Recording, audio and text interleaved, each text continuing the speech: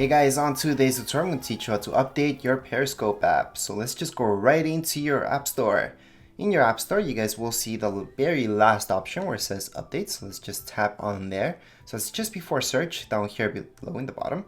So up here, we're going to see Periscope and we can update it right away. However, let's say you guys don't see it here for some reason. Well, just tap on search, which is down here below as well, and type in Periscope. So let's just look for it. So here it is. So right now we can just tap on update and it's gonna start the update. It might ask you for your passcode if you guys have one. If you don't worry about it. It's just going to update and you're all done. Now let's say there's a feature in Periscope that came out. That's why you want to update it and you guys don't see the update right here. Well, you might need to update your iOS. So for that, go into your settings and let's update your iOS. Scroll down into General. Under General, you guys are going to see the second option where it says software update. So let's just tap on there.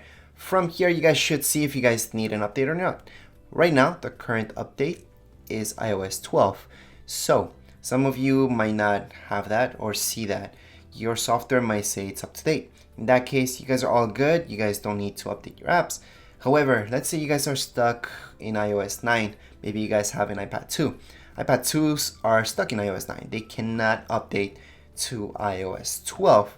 So there's no real way around that, and don't fall for any scams you guys see online. There's just no way to update it. You guys will also come around, maybe if in your search, to jailbreaking.